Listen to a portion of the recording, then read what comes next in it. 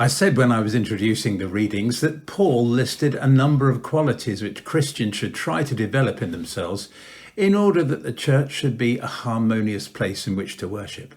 And of course, that's just as true for our church today as it was for the Colossian church back in the 1st and 2nd centuries. On Friday, the government announced new measures to control the spread of the coronavirus. Every day, it seems, there have been ever more stringent moves because, quite rightly, they want to keep the number of deaths from the virus down to the minimum possible. So, on Friday, most schools were closed and more workplaces shut down. What seemed to me to be a pretty generous financial provision was made by the Treasury to prevent people falling into poverty. It must be a nightmare for policymakers, and we should pray for them and be grateful. They're very courageous, I think. What the measures mean for many of us is that we're going to be more or less confined to our homes for many, many weeks. Most of our houses are of modest size, and that's fine when we can leave them for parts of every day, and not so good when we can't.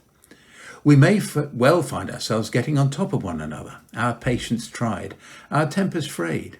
Little things which we could tolerate when we were only together for part of every day could become irritating beyond endurance when we are talking of up to 16 waking hours together.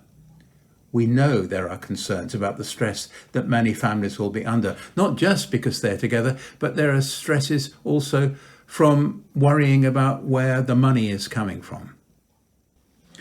Christians though we are, we're not impervious to the same challenges when we have to spend long days and long weeks cooped up together. But we have the best role models to follow. We have Jesus himself, of course, and we have Paul. I've sometimes thought rather harshly of Paul. I'm not sure why. Maybe because I felt he was very hard on young Mark, our patron saint, and parted company with him because he was dissatisfied with him. Maybe it was because I find quite a lot of Paul's writing difficult to follow, and he gives me a headache sometimes.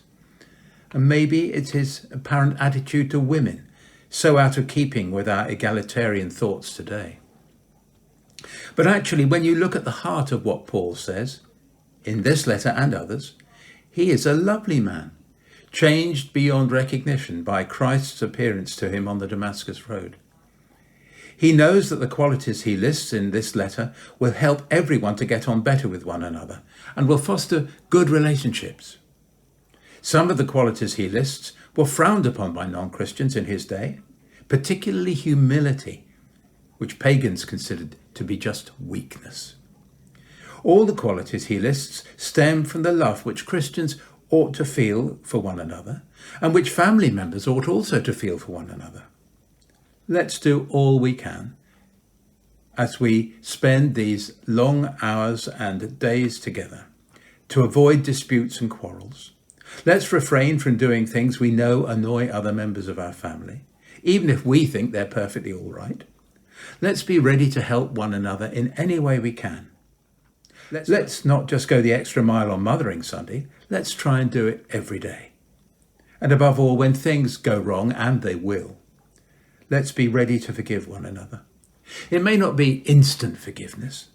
I know that. But as Paul says in his letter to the Ephesians, do not let the sun go down on your anger. I think we all know that it would be worth the effort.